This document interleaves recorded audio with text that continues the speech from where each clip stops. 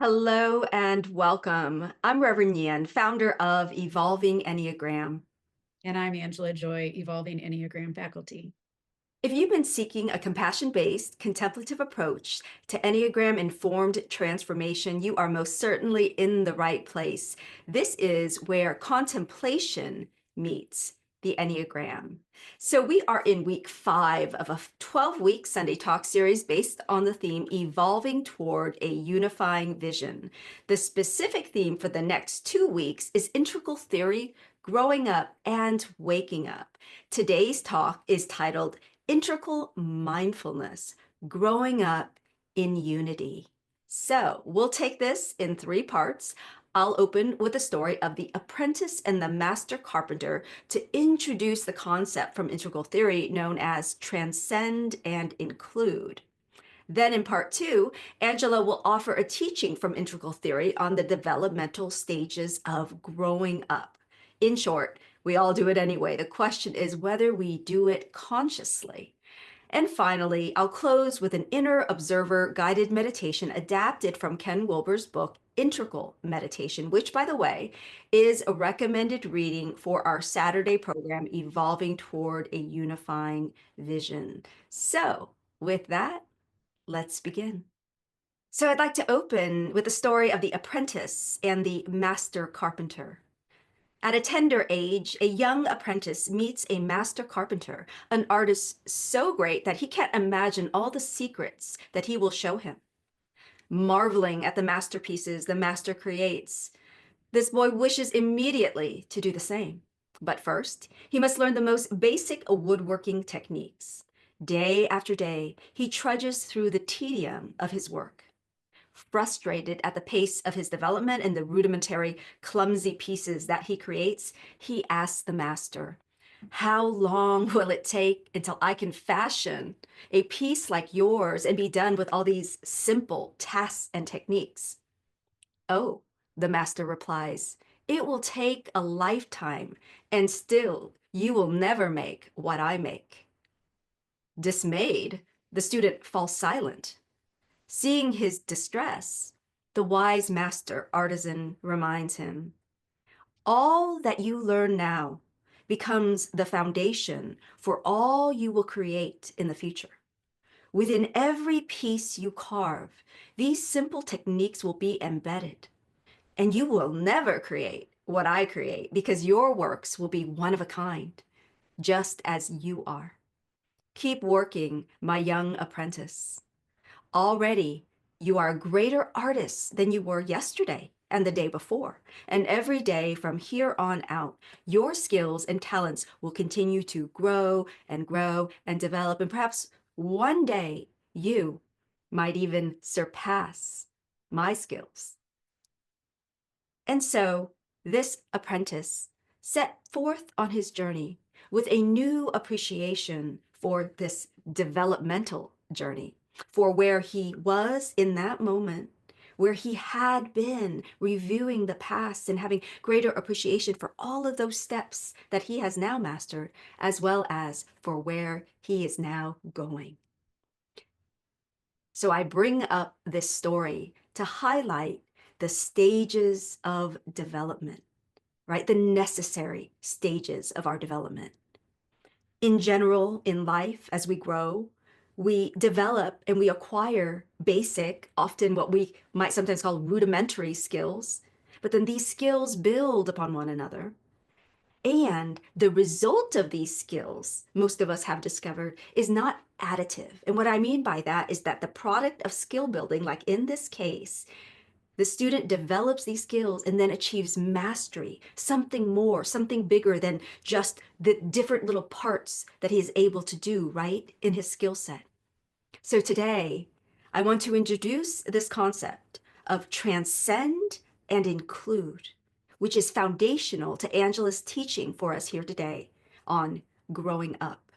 Transcend and include is such an important concept. It's actually woven into all of our work at Evolving Enneagram. This idea that even as we seek to move forward, right, in our progress, that every step along the way matters, is important, everything belongs. There's a holistic way of looking at the world when we consider transcend and include rather than transcend and get over, transcend and get past, right? Like that everything matters, even in time. And transcend and include, as I mentioned earlier, the beautiful, magical thing about it is it's not simply additive, which is transactional, right? Just adding, it doesn't stay at the same level of development. When we acquire these different skills along the way, uh, this process of transcend and include is generative, it's transformational. It's taking what is before and then transforming it up in a way to the next level. The next level includes that previous level, but has become something much larger, more complex, and paradoxically also more simplified in that it's like more whole.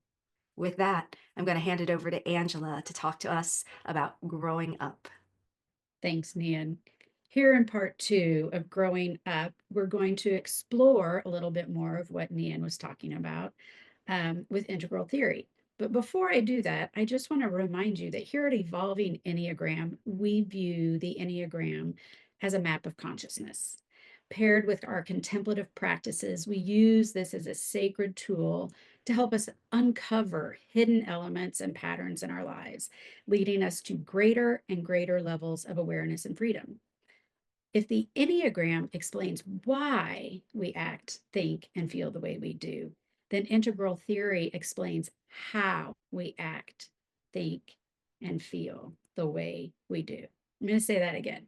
If the Enneagram explains why we act, think, and feel the way we do, integral theory explains how we act, think, and feel the way we do.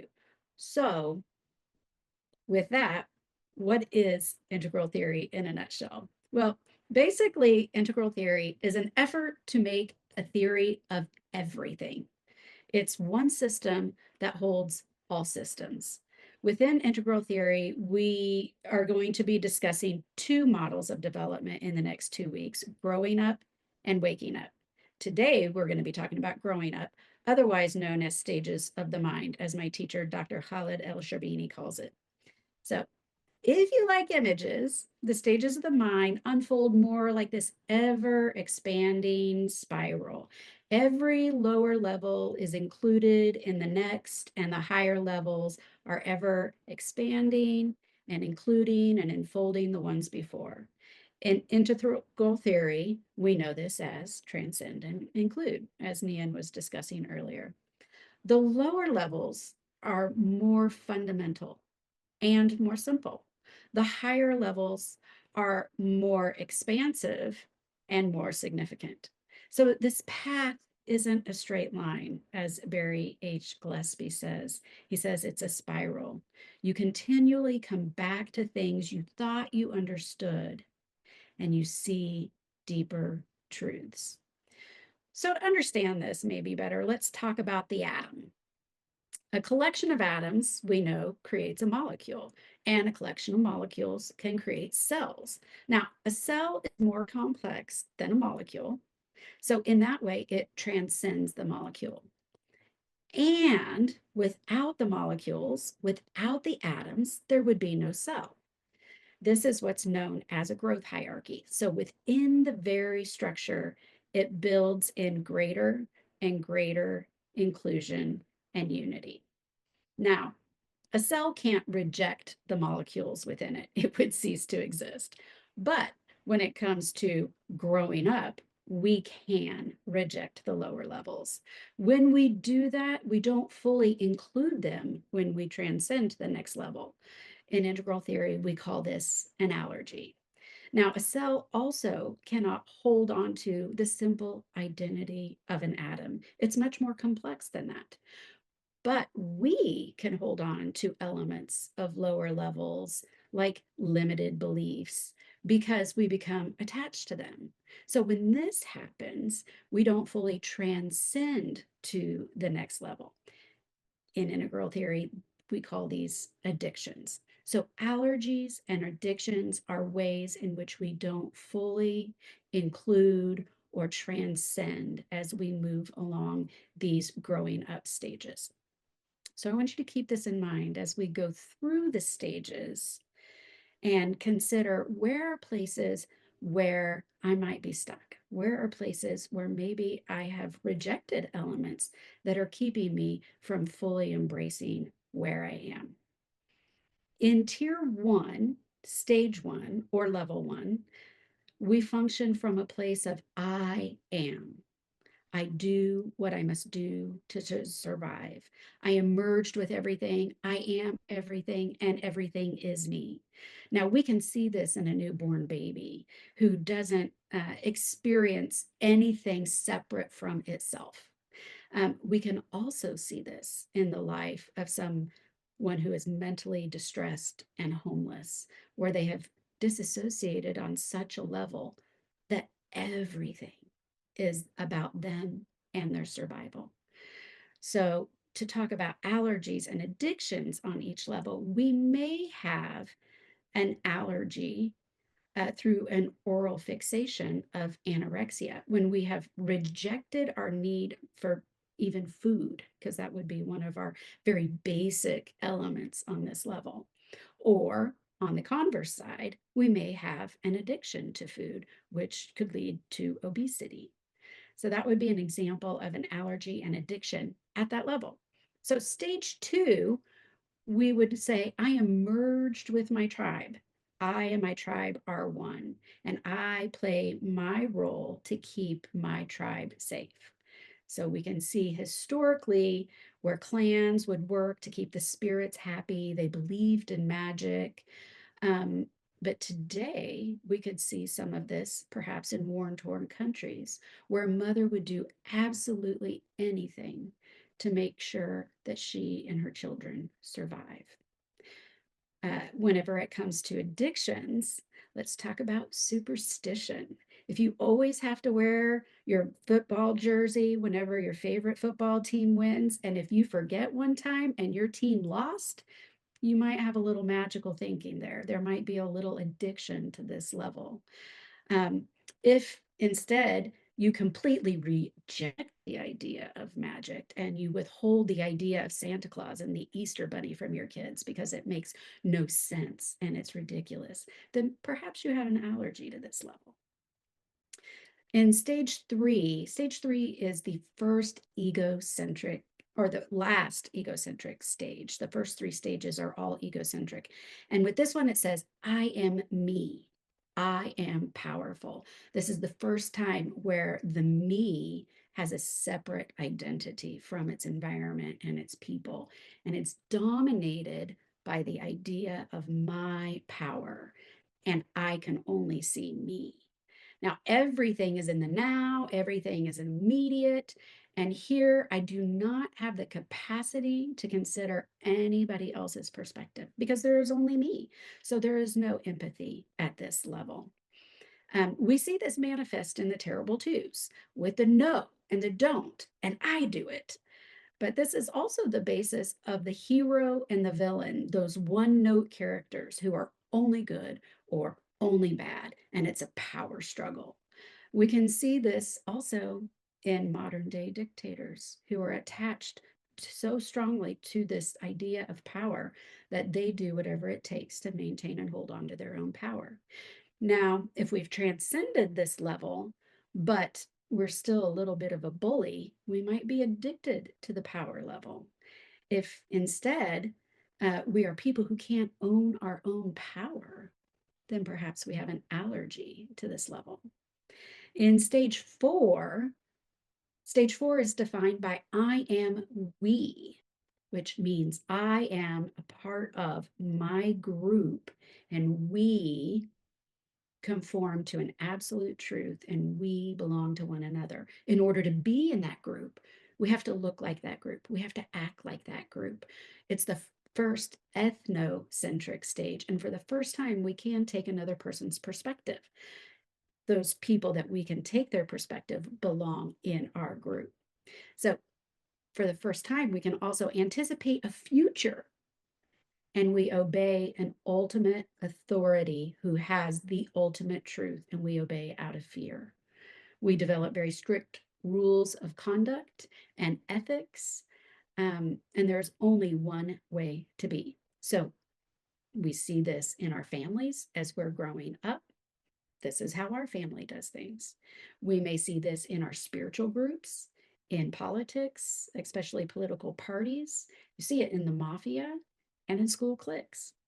So you may have an allergy to this level if perchance you once used to be deeply religious Christian and you walk into a church now and it makes you physically ill. I can speak personally to have having that allergy at one time. You may have an addiction here if you identify as extremely liberal in your politics and you hate fundamentalists because you're still attached to the idea that my group has the truth. So in stage 5, I think, therefore I am. I am capable. I see objective truth. This stage came along during the Enlightenment. So we see individuality. We see that I can be successful and that I can rely on the observational powers of my own mind. And this stage is an age of revolution. We see this in the teenager. This is the time where the teenager starts to say, I don't agree with everything that my family does. And I might even revolt or rebel against that as I begin to find the authority within myself. This is the first time self esteem needs truly emerge, if you think about the hierarchy of needs. And it's also the time where I have the ability to compare the past and imagine a future. And so I want to improve the present in order to get that future. This may be a successful CEO who uses mindfulness to get an edge on their competitors. These are the scientists who create through observation and tests and studies. And through that creation, they may restore the environment or they may destroy the environment. Um, if you actively participate in human rights groups, but you always make sure everybody knows the idea was yours, you might have an addiction to this level. Now, if you actively participate in human rights groups and the person who is always taking credit for their ideas drives you a little crazy, then you may have an allergy to this level. In stage 6, we are all accepting. We feel, therefore we are, which means we now lead with what we feel rather than what we think. And we believe that truth is relative. If I have my own truth, which we learned at stage 5, then that means you probably also have your own truth. And truth becomes cultural and based on each and every individual. We honor and accept others' differences at this level, and activism becomes our mantra. Equality is essential. Psychologically, in our cognitive development, this is actually the first adult stage. Culturally, we see this in a lot of our human rights activism. Now, these people sometimes are called mean green because they judge anyone, the mean green people judge anyone who doesn't believe the way they do, which actually goes against their ideology because their ideology says everybody's allowed to believe whatever they believe. You may have an allergy to this level if you're activated by the indecisiveness of this level, because they have a hard time making a decision because that would then say one person had a right idea and that might make everybody else feel wrong. You may have an addiction if you're just tired and you just want everybody to get along. You're tired of creating, you're tired of working and moving on. So this is just tier 1. There is another tier and another tier, but these tiers are just now emerging. In fact, with tier 2, it's called integral tier.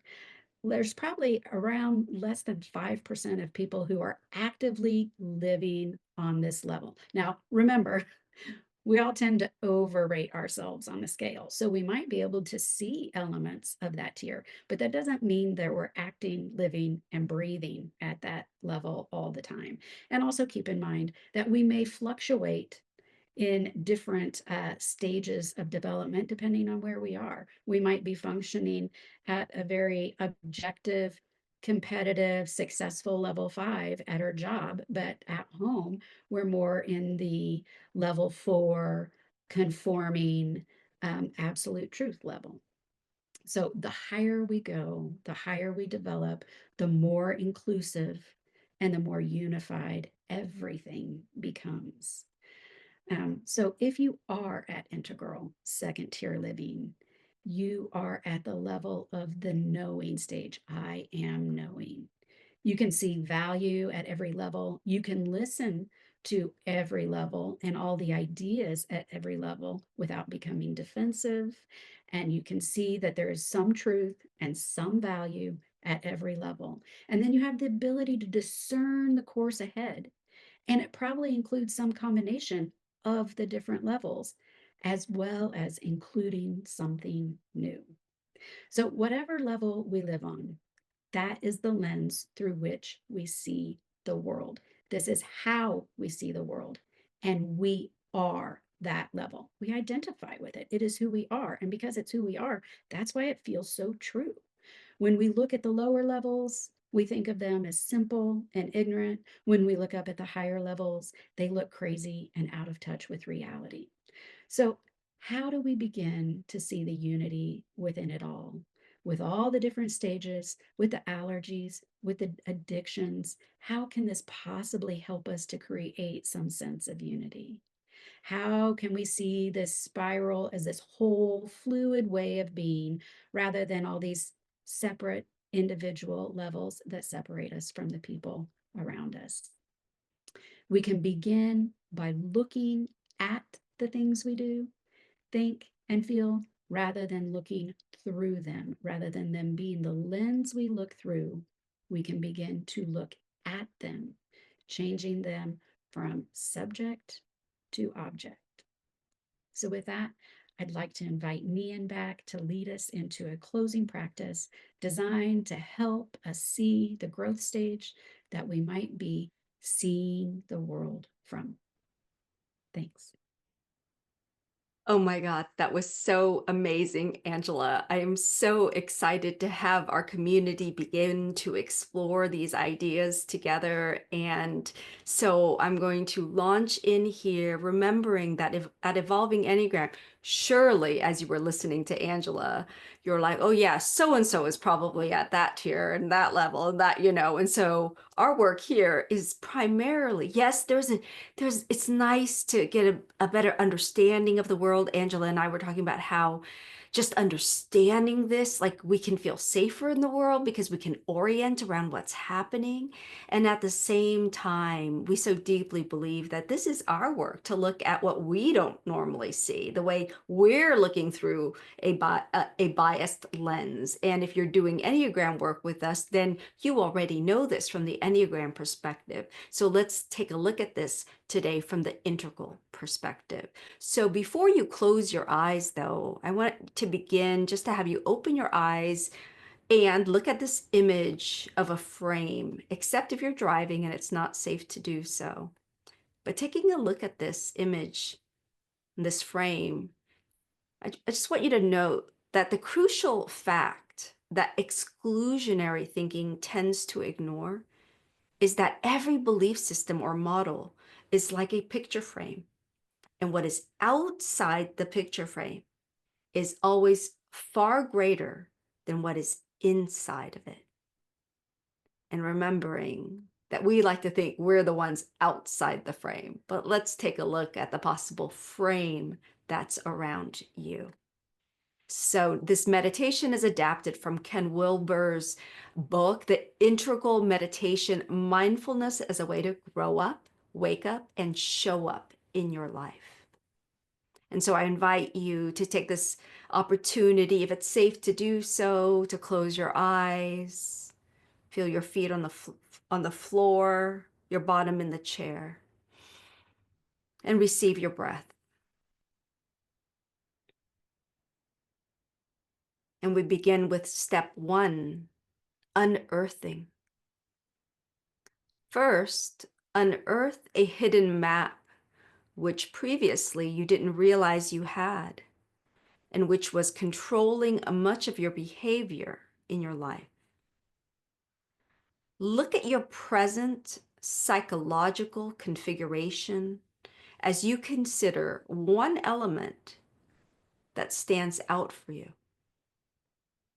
If you're considering level 4, it may be about protecting or representing your group or your belonging.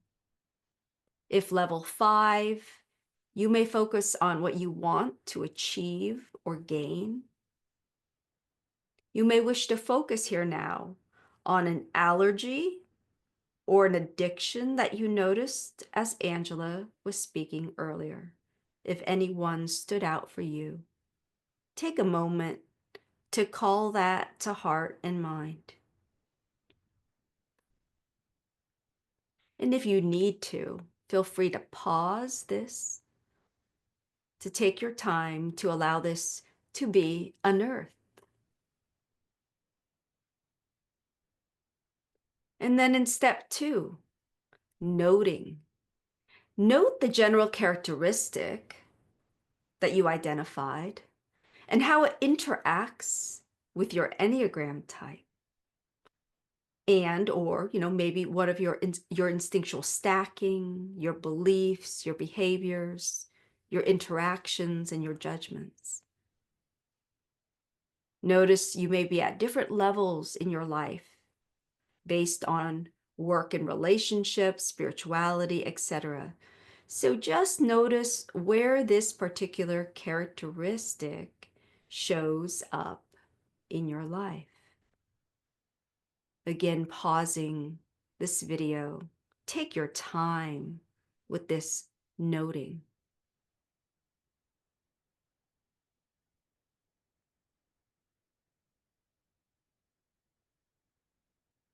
And then step 3, videotaping. Once you've identified your basic hidden map, hold it up, think it, feel it, see it, applying mindfulness. Focus on the things that have been hidden in your awareness, the fundamental grammar rules that have been governing much of your life. Is it located in the head, heart, or gut? Some combination of these? What tends to activate this in you? Every stage will have some sort of desiring. For instance, in level 3, the desire is for power. In 4, the desire is for God's love or belonging to a group in which you can conform. In level 5, it's the desire to achieve or stand out. In level 6, it's the desire for all people to have true equality. What does gaining this desire look like for you? What does it feel like? Let yourself be drenched in it all while bringing your awareness to it. And just notice. You don't have to change it or do anything about it. This is not for you to judge or condemn it. You're simply practicing awareness to see it. The simple holding of it is the point here. Again, pausing the video here if you need longer.